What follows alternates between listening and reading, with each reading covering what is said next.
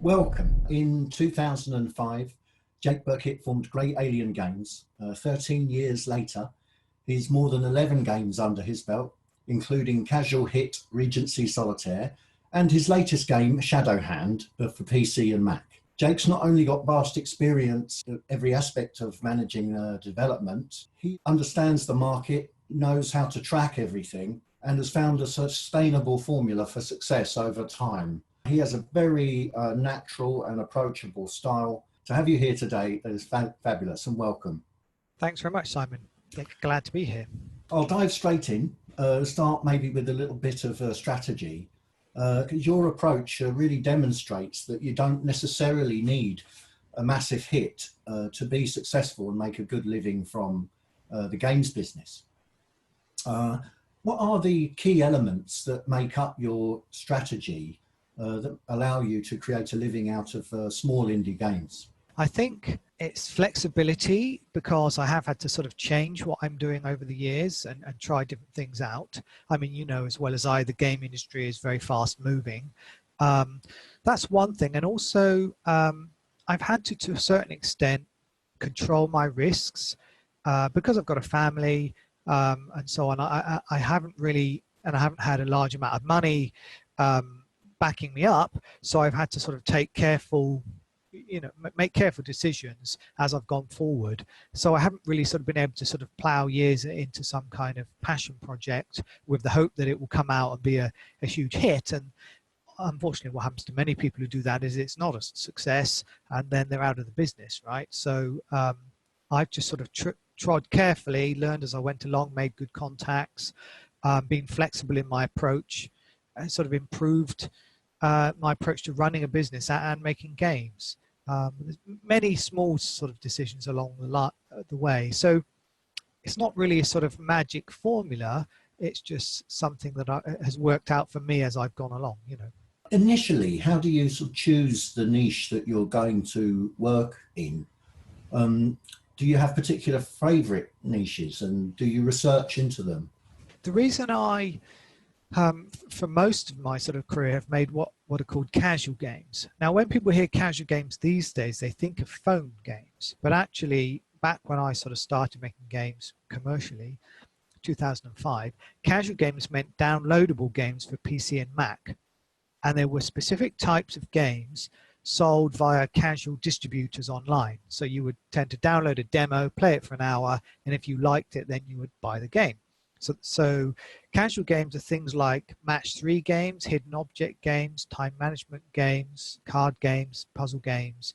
And so actually when I started, I was making an arcade game called Iron Fist, which nothing to do with the Marvel franchise. It was like a multiple scrolling beat 'em up game. But I realized at the time it was going to take too long to finish and that there wasn't a decent market for it. Because this is before Steam, it's before Xbox Live indie games, before loads of decent ways to sell your game. And at the time I played Bejeweled, and I thought that's pretty good. I can probably make my own sort of version of that and riff on the design and so on. And casual games were a market that was selling. So I didn't sort of make my dream project, but I did make a game that I thought had a viable market. And I enjoyed the whole process of getting my engine up and running and making that game and then getting it out there. Though admittedly, my first 2 games did not sell very well. And it wasn't really until the 3rd game that I began to hit my stride and make better money from the market. And that kept on going. So my niche is casual downloadable games mostly, except for Shadow Hand, our last game, which we made specifically for the Steam audience. It's got certain casual trappings and feel about it, but it's got a lot more RPG elements, a bit more sort of hardcore gamer elements, and it was, as I say, designed for the Steam audience. So that's a different thing that we did, and it really the target market and demographic and platform you're aiming for should define what you're doing game design in your game design wise in your game, and artistic style and everything, your marketing, everything has to be carefully targeted. You can't just sort of make a random game and hope that the platform you're putting it on will like it. Did you play like the latest games in your chosen genre and make a list of those and really research into what the best features were? Yeah, that's actually definitely the way I work. So I download the best games. Back in the day, I was downloading the best match threes. In fact, for many years, anytime a competitor came out with one, I would download it, look at it, see what was good about it, what wasn't good about it, and I made lists of what I felt made a good match three game, and I tried to incorporate those elements into mine. I later did the same with solitaire games. Before I made Fairway Solitaire for Big Fish Games, and then even later on, I did the same before Regency Solitaire. I also look at the chart positions of those games on the casual portals and just seeing how well they're doing and why. It's seeing almost like if I can predict beforehand if a game's good enough to go up the charts or not when it first comes out. Because if I can predict it, then I can emulate the things that I think it's doing right. So yeah, I was very much into sort of loose market analysis and playing the games to get the best ideas from them, really. Not necessarily to copy them, but just to make sure that mine had either sort of those important elements or I could develop those elements further. So you would find those elements and then look for something unique or something entertaining to add to that? Yeah, especially as a lot of sort of the casual market is about retheming. So you've got the sort of mechanic, but then you retheme it. People call it reskinning. Now, the problem with reskinning, it sounds a bit too simplistic, like, oh, I just changed graphics. But when you retheme something, so like I made a spring game and then later on I rethemed it as a Halloween game. I basically went off and did all this kind of research about Halloween topics, horror topics, you know, movies, books, general sort of tropes, and filtered that down to what I thought was the best list of things that fully represented Halloween. And then I put those things into the game as like power-ups and special objects in the game and shapes and part of the meta game. So the theme, you know, informed the design as a result. It wasn't just some kind of basic reskin. And that's what I like to do with each of my games. Let the theme become a design pillar, which affects all the decisions that I make from that point. But I'm still using a sort of core mechanic, which we know works and people like. Yeah, thank you. Yeah, I mean, that's, I suppose that core mechanic is the bread and butter. You have to tap into that audience. You said that it was your third game when you really hit your stride. What did you learn from the first two? What were the tweaks that you made that allowed for the success of the third one? Well, the first two games, well, certainly the first one, it didn't look very good. Okay, so it had cheap looking art.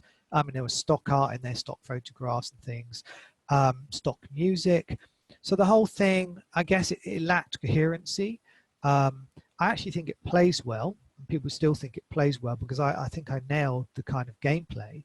But in terms of people, especially, okay, when you've got a demo model where you play a demo and then you're going to pay after that, people want to pay for something that they feel is worth the money, right? So they're getting value from it. And if it looks great and sounds great and plays well, they're going to convert. But if it doesn't look great, it doesn't feel valuable, it feels cheap, they're not going to want to spend the money on it. So for the third game, I actually worked with a producer in the States, and he hired a couple of artists and a musician and paid them some decent money to make all the graphics and music. And so the thing just felt way more professional, higher level of quality. So even though the mechanics were kind of the same, we added some new ones. It was just the overall quality. Also, I switched engines and I was able to start doing basic stuff like scaling and rotation and transparency. So I was able to put really nice particle effects in the game, which I didn't have before. And that extra level of bling adds something to this kind of casual experience. So, you know, so it was that really. It was just a step up in the quality, but that was achieved by spending money on professionals. Was that a passion project for you? Is that now out of your system and you'll sort of return to the smaller, more casual games again? What are you up to at the moment? Shadow Hand was a prequel to Regency Solitaire. So in 2013, my wife came up with an idea to do a Jane Austen themed card game for the casual market, and we did that. It did very well there. We put it on Steam as a sort of afterthought, and it's done okay there. But the idea with Shadow Hand was to basically make a prequel for that, but add in all these extra RPG elements and kind of cool stuff. It was supposed to be a proper not so much a passion project. It was supposed to be a commercial project, but it was something we were passionate in doing as well. So it's like a both combination, right? That the problem, I guess, with that game is that, and I know this for sure, it took too long to make, okay? And that's because I overscoped it. It had much content and so much detail that all of that took a long time to refine and get right and polish. So the game took too long, really, to be commercially viable, and it ends up looking like a passion project, but really it was a sort of overscoped, commercial project that we were passionate about. But yes, what are we doing now is we're actually making a different version of Shadowhand for the casual portals. The reason is, as it stands, if we try and put it on the casual distribution sites, a lot of the players won't like all the RPG elements, the sort of more complex elements, and the dueling. So we're actually taking that out and going back to just a core story with the main character and everything else, and just plain levels to play through, but still with all the various cool mechanics and upgrades and power-ups you can get, just with the combat taken out, which sounds weird, but it will actually work very well, we think, for that market, and could generate a whole load of extra revenue separate from the Steam revenue. So that's why we're doing that. That won't take very long. That's a sort of a small, no-brainer project that doesn't cost any third-party money, just my time and my wife's time to help with the design.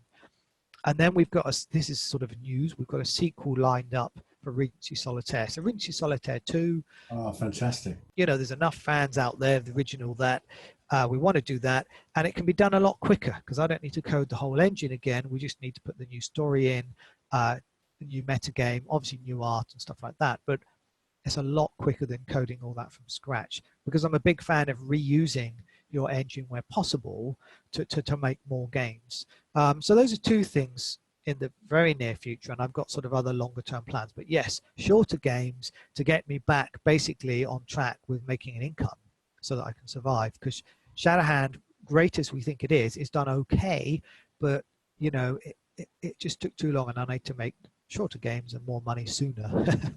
Absolutely. I think out of the 65 games I've made, like only 10 of them have actually been, what I would call a hit, and only another sort of 20 or 30 will have washed their face, Right. Otherwise they've cost me money or just, about scrape by. Right. You talk often about the long tail of your games, and you've seen them perform over the years. What is the money-making life cycle of your games, and how do you refresh them? Do you still tie them into time-based events, or use your relationships to refresh the offering? I think things are changing anyway. So what I did in the past might not be as repeatable now. But what happened was, when the games came out on the casual portals, these distributors like Big Fish, Gamehouse, iWin, and so on, I had, and I still have, a rep at all of them. So what I could do is, a year later after it came out, I could contact the rep and say, hey, how about re-promoting my game again? Perhaps Regency Solitaire, it would be re-promoted around Valentine's Day, or spring bonus in the spring, or obviously spooky bonus at Halloween, Christmas games at Christmas. So that was the advantage of having some seasonal games. I was able to go back to them and say, hey, are you doing a seasonal sale? Please put my game in it. And because I had a human contact then, I'd met some of these people at things like Casual Connect or GDC in the States. And they would, often oblige, and that would give the game an extra spike that year round, push it back into the sort of visible charts again, and so on. The other thing I did was, I hadn't initially localized a bunch of my games, and I went back and localized them later to multiple languages, and that gave me an opportunity to get the portals to sort of put them on their non-English sites and make a bunch more money. I even did a thing with Holiday Bonus. I made a Holiday Bonus Gold version, which is the same game with more levels, a few tech enhancements so it ran better on newer systems, and got some portals to take that as a new game or like a promoted update. So it was always often about maintaining a relationship with these sites and getting to re-promote my games. And some of my games have had a 10-year tail as a result. But if I brought out one of those games now, I'm not sure the casual sites would be around for 10 more years. It's changing a lot. So that's what I mean when I say it's not necessarily repeatable. But I do know that I know a lot of people who've got representatives, developer relations representatives at Steam, at Valve, for their games on Steam. And they have been able to get very sweet sort of deals and promotions and stuff in the past. But many devs these days don't have a representative, and it's very hard to get one. And even so, Valve have said that they're moving away from that model to more of a sort of general model where people don't get preferential treatment, but algorithms take over and decide which things to promote and so on. So it was definitely about maintaining relationships with those sites, doing some kinds of updates as well, along the way. But to be honest, for most of those old games, I have now said, okay, that's it. I'm just focusing on the new ones now because they've had a good run, maybe some good money, and they still make money every day now, but it's a small amount now. These changes that you're talking about and the algorithmic changes on Steam, for example, are you doing anything to combat that or to understand that? I know you'd like to sort of research and track into what's going on. Are you doing anything yourself algorithmically to optimize for these changes? Well, one of the things is to find out why Valve sort of promote some games and not other ones, or what's going on behind their algorithms. And so what I do is I keep in touch with other developers who are interested in that very same thing, or who've had contact with Valve employees who tell them what they're doing. So at GDC recently, I went to a meeting with a bunch of devs, and somebody from Valve turned up, and we got to ask them a load of questions, and they told us how certain things are working and so on. So first off, it's keeping your ear to the ground and reading the right articles, talking to the right people to see what's happening within Valve, and then optimizing your own strategy around that.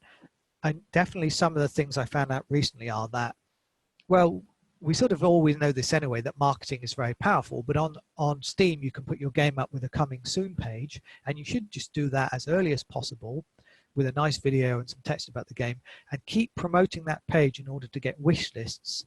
And also people on Steam can follow your game, because later on those wish lists and follows will convert on day one into sales. And obviously the more you've got, the more sales you're going to get on day one.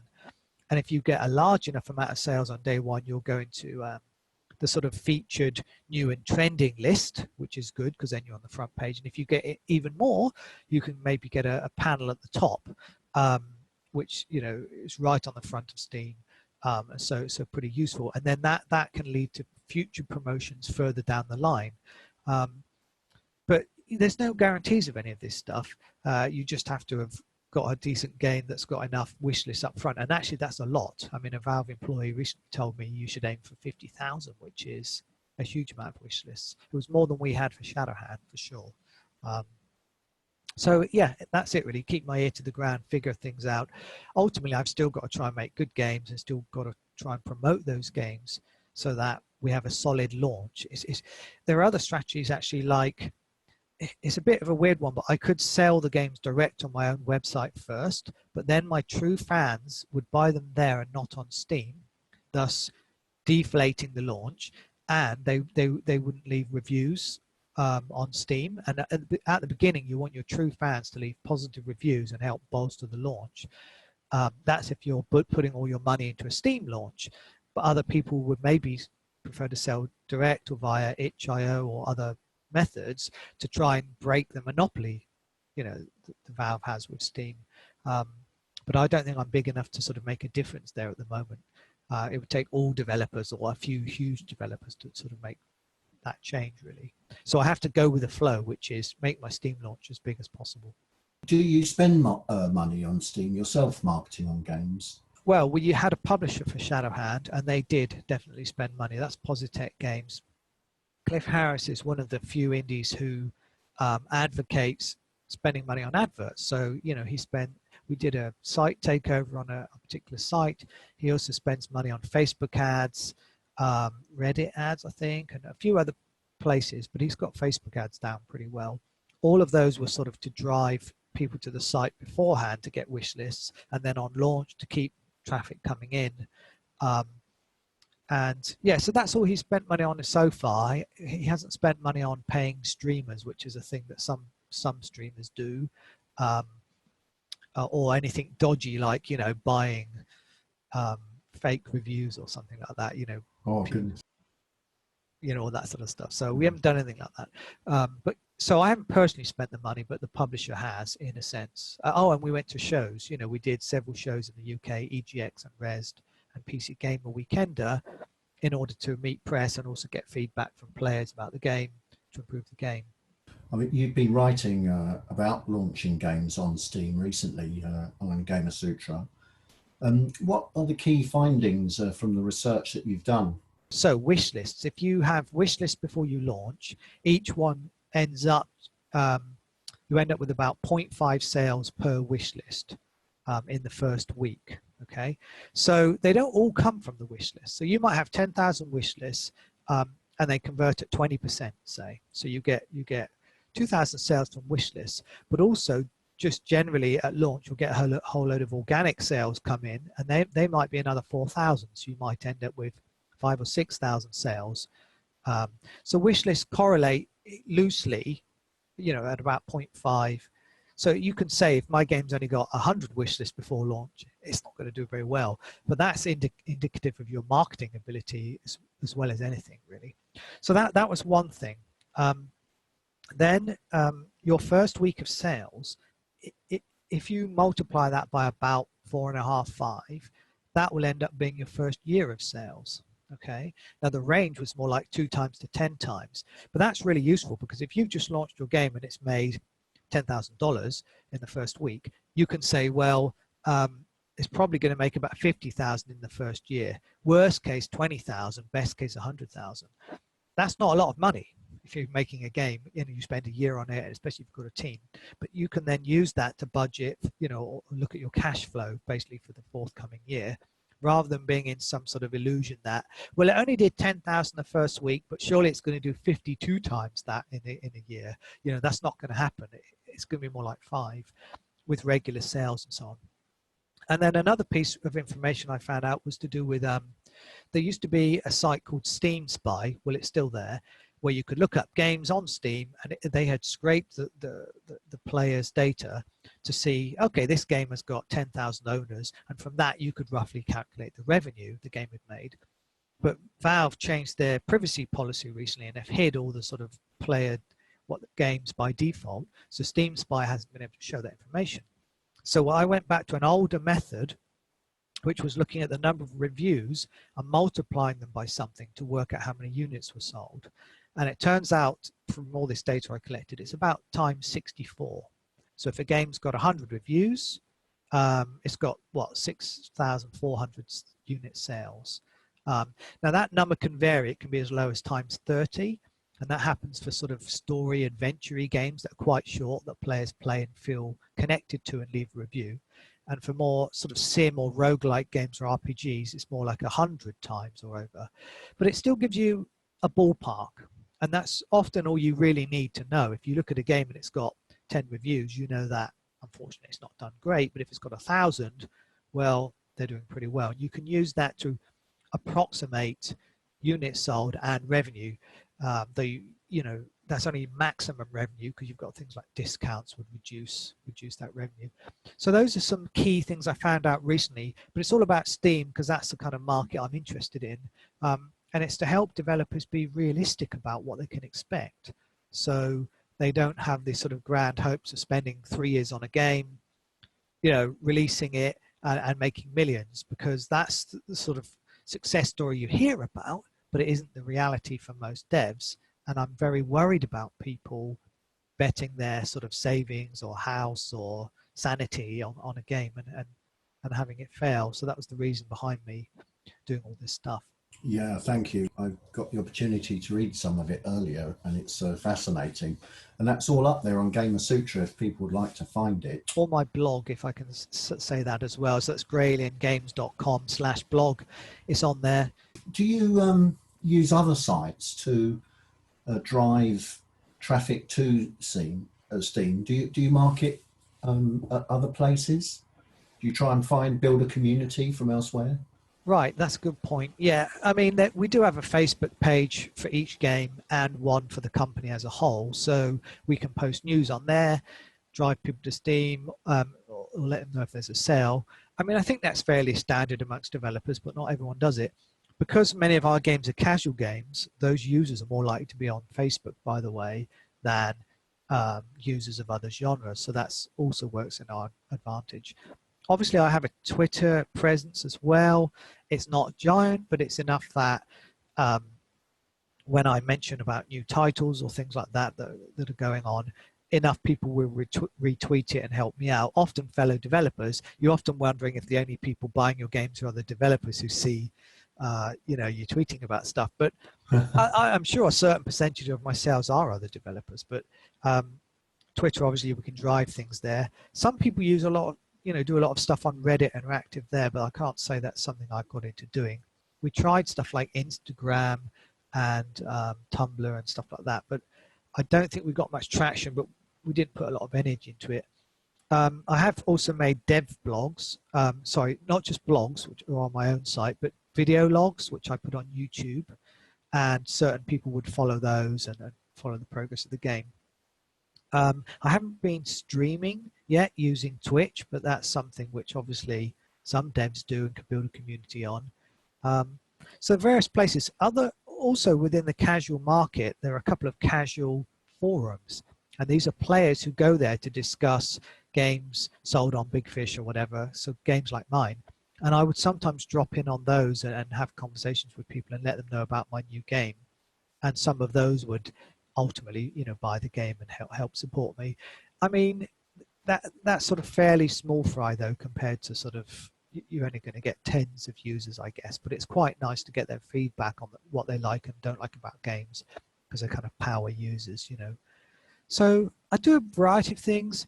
Probably could do more. I mean, but I'm not a full-time marketer and we don't have one. So my wife and I try to do this stuff alongside making the actual games and running the business. But it's also why we worked with Cliff as publisher for Shadowhand, because he could take a certain amount of that off our plate. But yeah, I think some people even hire a proper community manager to do all that kind of stuff. But it's a bit of the old chicken and the egg, really. It's like until we have the sort of money or traction there to do that, we're not doing it. But if we did it, maybe we'd make we'd make more money. So who knows?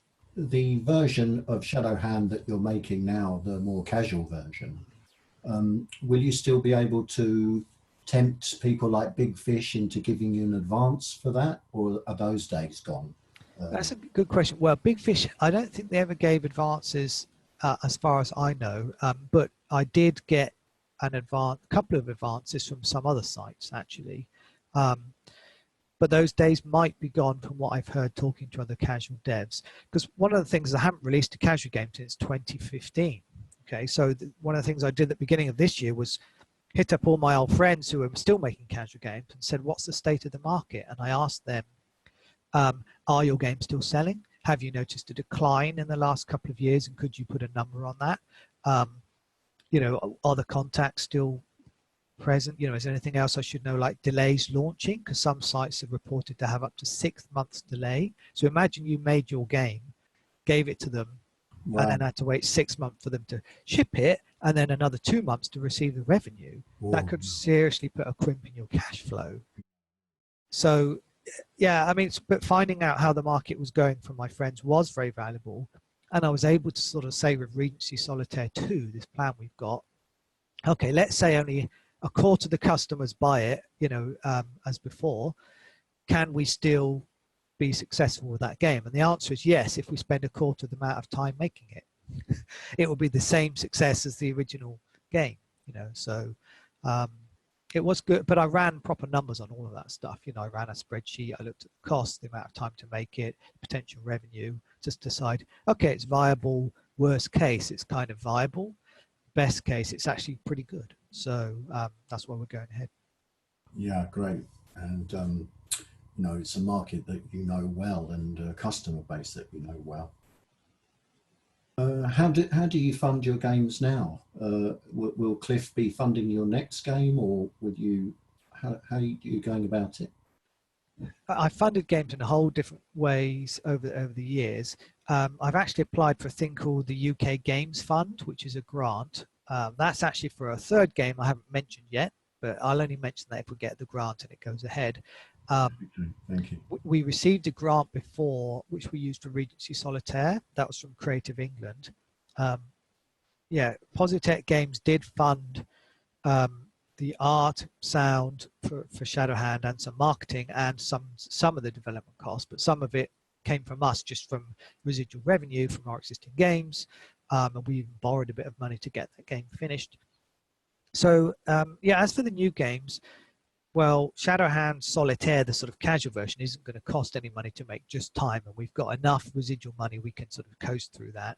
Regency Solitaire does need a small amount of cash for the art, and I'm happy to say somebody's offered to lend us that for sort of like no interest or a small amount of interest. Now, I could potentially get that on investment terms from somebody, but when it's a small amount of money and someone wants back a percent of the game, it's almost not worth it, because it's the sort of amount of money I could borrow on a credit card or something. When I say that, by the way, people are like, oh my God, but you can borrow money on credit cards for like a 2-3% fee and have it for like 2 years with 0% interest. Yeah. And if you think you can do that safely because you've got you're going to make the money back, then good, but it's obviously a bit risky. But we're in the position where we have a house with a lot of equity in it, so there are always ways, we know, worst case, to sort of pay that off. I mean, it's like, one thing you can't bother doing is going to a bank. I tried to get a overdraft from TSB. I went through all these questions and everything. It was absolutely useless. And I keep hearing adverts on Classic FM saying, go to Lloyd's or TSB and we'll give you a no questions asked business loan. They wouldn't loan me anything. Because if you're making games, everything is ethereal. Like if you're a plumber and you're buying a load of tools in a van, they know they can come and claim it off you if you don't pay their overdraft. But with games, it's like vaporware to them. So, yeah. But I find different means to get the money. And the other thing is there's, the reason I go to things like GDC and events in the UK is to meet other devs, publishers, investors, so that when the time comes, I can then call upon all of those people and say, hey, I need some money for this project. Who do you recommend talking to? And hopefully something will come from that. I mean, I've been okay so far. There's no guarantees for the future, but we will see. You've been honing your craft for a number of years, you know, and I expect, I know you sort of were tongue-in-cheek a little bit with the 11 years in the business without a hit, you know, because you have had successful games. But I expect that your massive hit is on its way, you know, sooner or later you're going to hit that gold. Do you feel that way? Well, I'd love that to be true. I was hoping it, part of me hoped it might be the case with Shadowhand. We really thought it would have done better than it did. But mostly I had realistic expectations. It would probably do okay, and I was prepared for it to do terrible. That's the thing. You have to be realistic about shipping, like what's your plan if it fails and so on. I mean, yeah, with my tongue-in-cheek talk, I mean, the thing is, Fairway Solitaire, when I made that in 2007 for Big Fish, that was a hit, but it was their hit. So, I mean, I did okay from it, but they made most of the money. Spooky Bonus was a hit casual game, but the scope of hits within that market, it means we're talking about the dev getting sort of low 6 figures, whereas a hit on Steam may be 7 figures, right? So again, the market dictates what a hit is. So it was a hit for the market, but it didn't pay off my mortgage and I didn't buy yachts or thing. So, you know, but mostly the games have been okay and kept me going. And I do hope that maybe a hit or some slightly more successful game is just around the corner. But meanwhile, I've got to do stuff like keep also bread and butter games going, which keep the money coming in. That doesn't mean they're crappy or boring. They're just sort of smaller titles reusing my engine, doing what I know well, until the point when I can either pitch for funding or fund my own slightly bigger game, which might be hit potential. Yeah, great. And that's the sort of trusted reputation that you've built up. Another thing I'd like to touch on, if you will, is your contribution to the community with Full Indie. Can you tell us a little bit about that? It's fascinating to me.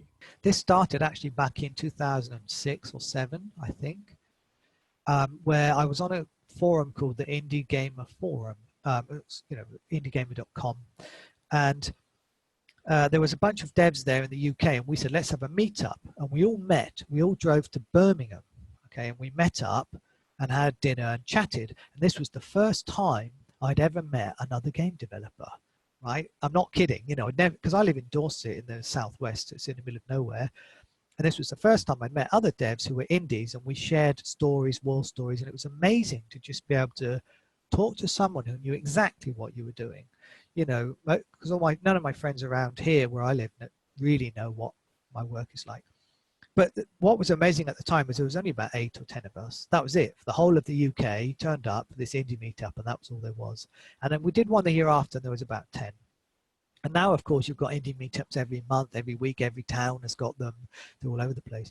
But anyway, so that was back then. Then I moved to Canada, and I worked for Big Fish Games for a couple of years. And in 2010, I was blogging about maybe starting a meetup group in Vancouver for indies. And somebody who became a good friend of mine commented, hey, I'll help you with that. And I thought, okay, that's the sort of motivation I need, a sort of running partner. And I met him, a chap called Alex Vostrov, and we set up our first meetup in, we were going to have it in a cafe or something. And then about 50, 60 people signed up. We were like, holy crap, we can't hold this in the cafe. We held it in a pub, and it was so full up, people were spilling out onto the streets. And we thought, well, we're onto something here. And then we sort of, went through various different venues as the group grew until it was like over 100 people every month turning up to this indie meetup in Vancouver. Fantastic. And we had, every time we had 3 speakers do short speeches. Then we had sort of networking and hanging out and people testing each other's games. We sometimes did showcases, and we sometimes did game jams. And now it's turned into an annual conference in Vancouver every year, sort of a full whole day conference with international speakers. So, and I think the group's got 4,000 members. So it was just at the right time for all the indies in Vancouver. And there's a lot of game design schools there, so there's a lot of students interested to just come together. And since I got back to the UK, I've started up Full Indie UK, which is a group for just UK devs. Now, Full Indie Vancouver was sort of open to anyone, but this one is only sort of for people who have shipped games. The idea being that we'll actually discuss properly what it's like to ship games and questions we may have and stuff like that. So it's a bit more business focused than just general indie. So I sort of run that. And we did a few events a few years ago, but I've been a bit slack on that front really, and need to sort of set something up again soon. But we communicate via a Facebook group, private Facebook group. But fullindie.co.uk, people can apply to join that if they're interested, and I can give you a link afterwards. That's great. And the only real criteria is that you must have shipped a game. Yeah, you've got to ship a game on some platform, because a commercial game, I should say, that you're in it seriously, sort of thing. You've been 13 years in the business or so? I think so, yeah. Yeah, and you must have a few hairy stories from the working in the industry, both good and bad. Are there any you can share with us? When I was making Spring Bonus, towards the end of that, my wife got super, super ill, and I was supposed to be shipping the game in this morning where I'd had 1 hour sleep because I've been up testing the game all night. By shipping, I mean sending the build off to Big Fish Games and all the portals well enough in advance so they could get it ready for Easter, because you can't miss deadlines like that. But yeah, my wife came in the morning, I was supposed to be shipping it, and was super ill, and she had to go to hospital, and then ended up with all this sort of treatment and stuff. I did actually manage to go back, I think, and ship the game later that day or something, but I'd just been crunching, doing like 80-hour weeks, and then this sort of happened at the end. And it was just a sort of reminder that life happens. You can be working on a game, have this deadline, and you could have a health problem, a family member could, you could have bereavement, you could have any kind of crazy thing can happen. You've got kids need medical stuff as well, and so yeah, that was a very hairy moment, to say the least. But in the end, the game's done okay, my wife's okay, more importantly. So I guess that was one thing. I don't think I've had any disasters apart from the fact that my first few games didn't make any money. I mean, they didn't make any money for 18 months, right? That's a long time to survive. And so early on, we were making use of Tony Blair's tax credits, which he introduced. So if you had a childminder, you could get that paid for. And actually, that was really good for us at the time. You know, and we were borrowing money and stuff like that. But eventually, you know, I managed to pay all that back because my future games did okay. So that was hairy times.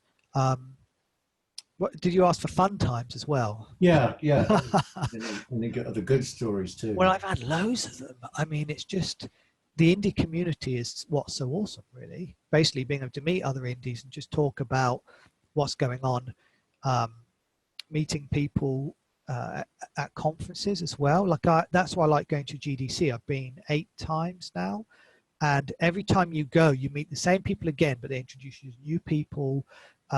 And you build upon those relationships and you figure out the best places to go to. I mean, standout times there was some of Notch, who made Minecraft, going to some of his crazy sort of parties with famous DJs in them with all these lights and sound. They were pretty crazy. Or getting, I mean, I don't drink at GDC anymore, but there's quite a sort of party drinking culture. And one night I've been out drinking with a friend a lot. People get buying me free drinks all night long. And I think we went to sleep about 4 a.m., me and this person sharing the hotel. We woke up at noon, so hungover we couldn't move and get breakfast. So we ordered room service breakfast. We ate that and fell asleep again until 4 p.m. And then I got up and went around the San Francisco Museum of Modern Art and just stared at the art, totally hungover, and missed the whole day of sort of GDC as a result of it. So I'm not encouraging people to do this, but these are sort of crazy things, I guess. I mean, just having friends help me out. That's part of the thing, you know, people have helped me out financially or helped me out with advice or put me in contact with the right people. All of that stuff's really good. Doing, we also did cosplay for Shadowhand when we went to the show. So I dressed up as a highwayman. And I saw some of the Yeah, and that was really good fun and it got a really good reception and people responded to that. So, you know, that was super good fun, really. And even just doing my talk at GDC in 2016 was a real highlight for me. And it's had a huge amount of views and people keep coming up to me now saying they've seen that speech and it meant a lot to them and they enjoyed it and so on. And I sort of say, well, it's 2 years later now, so I must be onto something, right? Because 2 years is plenty of time to go out of business. If you had 3 rules or 3 lessons learned or 3 guidelines to developers trying to get ahead and grow their studios in the current climate, what would you say to them? Well, I think the first one is be realistic and as a result, cautious, you know, risk averse to a certain extent, right? You can afford to take risks if you've got someone else's money.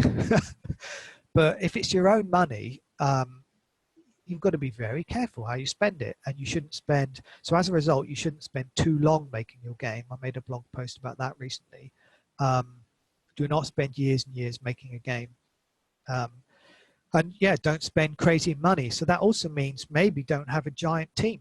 I mean, people say to me, what's your plans for scaling up, Jake? You know, and I'm like, what's your 5-year plan for scaling and growing a studio? I don't really want to grow a studio. I'm quite happy working with my wife and hiring in contractors for the roles.